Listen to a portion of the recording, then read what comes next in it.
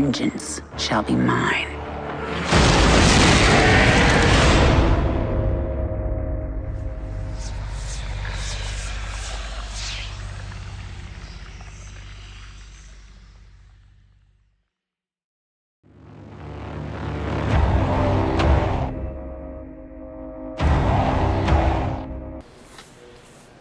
Yes and no. I mean, that's the whole point of the story in Heart of the Swarm. So she's been restored to humanity, but you can tell even at the end that she has some Zerg elements.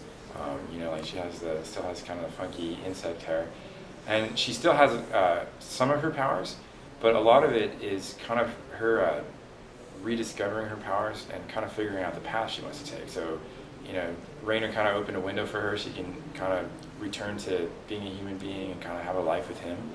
But then she's still pretty angry at Minsk for all the things he's done to her, and kind of her, you know, thirst for revenge is kind of consuming her. So she's kind of at this crossroads of which direction she wants to take. Yeah.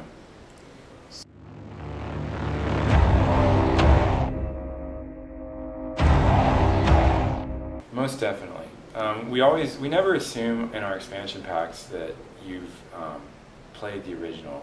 You'll still have that gentle ramp up of learning to play an RTS in the campaign, learning to play the Zerg, and the story. We do try to give you enough context in the story, and make the story self-contained enough that even if you didn't play the previous one, you'll be like, oh wow, that was a really cool story, and probably make you curious enough to go back and play the original Wings of Liberty.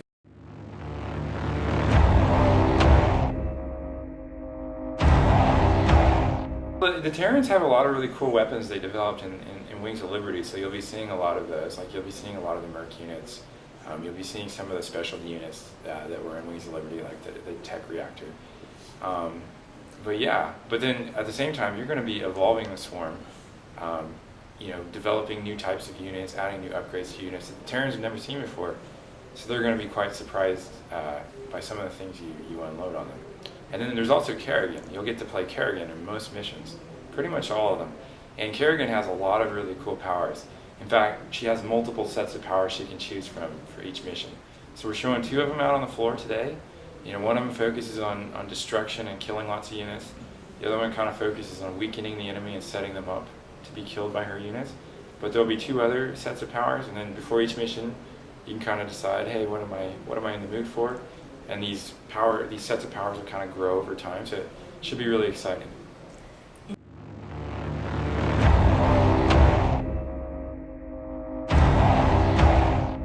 You know, we kind of learned from the original StarCraft that, you know, we made a huge mistake having those missions where, like, if your hero dies, the mission's over, especially in missions with large armies. So it's just not fun. It's not a cool fantasy, because what you'll do is you'll keep your hero in the back of the base.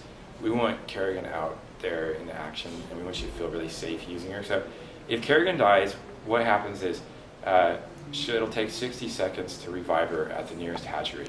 So you'll see this little countdown on the side of the screen. Kerrigan will revive in 60 seconds.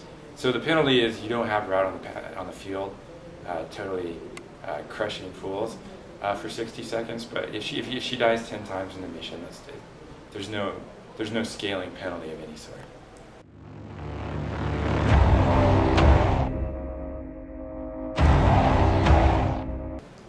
Oh, BattleNet, we have a lot of really cool things planned. The main thing is the arcade. So the arcade is what we're calling the marketplace now. So kind of what we're planning to do is we're planning to release the arcade. And the first things we're going to release is the ability to rate games, and we're trying to make it much easier to find and surface games.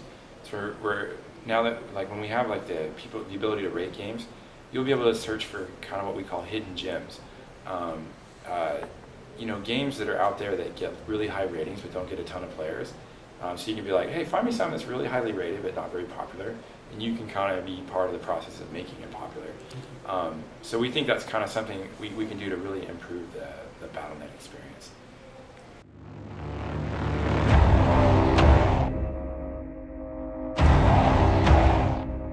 Oh, well, Blizzard DOTA is something we're really excited to be showing today. We're focusing on a few things. When we started making it, last year we showed you something. What's out there today is completely different. We decided to kind of stop and ask ourselves, is there any questions we want to ask about the genre? Is there anything in the foundation or the fundamentals that maybe we could question or improve? And we looked at it, and we kind of looked at how we played traditional Dota games, and we're like, yeah, there's a few things. First, we wanted to kind of improve the fantasy.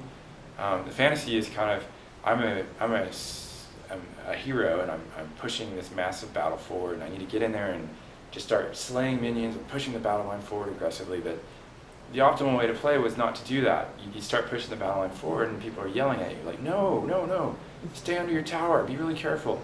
And so you start killing minions, you're like, no, you idiot, don't do that.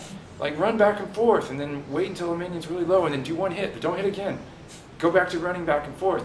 And it's really unintuitive, and it kind of runs counter to the fantasy. It doesn't feel very heroic, and it doesn't make a lot of sense.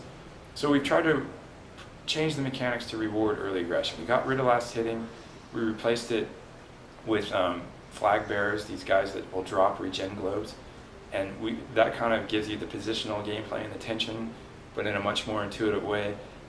We've made towers much softer targets. We've given them limited ammunition, so you can get towers down pretty early, so pushing aggressively is now the optimal way to play. It makes a lot more sense. We've really tried to attack how difficult it is to learn the game. Blizzard games, we believe, should be simple to learn and almost impossible to master, whereas like when all of us started Dota, we kind of felt like we hit this cliff of required knowledge of like, you know, here's 100 items you need to know, here's 80 heroes you need to know, here's all their abilities. So we're like, well, is there anything we can do to kind of smooth the ramp, you know, like a rising progression of difficulty to learn? And the final thing we're trying to do is we're trying to attack the social tension the genre is kind of renowned for. You know, the ability to kind of, or the tendency for teammates to kind of rage against teammates. And we feel there's a lot of mechanics in there that are kind of unnecessarily inflaming people. The whole concept of the carry, I get to be super special guy, the rest of you guys are kind of my little flunkies. That's not a very good mechanic psychologically. That kind of sets people at each other's throats. Kills, deaths, and assists is just a really bad way to score the game. You know, getting the last hit on a hero being, imagine like in a pickup group in WoW. Do you guys play WoW? Imagine if you're in a pickup group in a dungeon, the guy who last hits all the mobs gets all the loot and all the experience. It'd be a train wreck. You know, people would be at each other's throats, like, no, it's my turn, or you know. So we've gotten rid of that. Rewards are shared evenly when you kill a guy. We don't have kills and assists anymore. It's just takedowns. 3 of us kill a guy, all 3 of us get a takedown, and you know, we get the experience and gold divided evenly. So things like that, we're hoping will get people focused on the team and not on the individual, but still keep that really hardcore feel to the game that makes it so cool.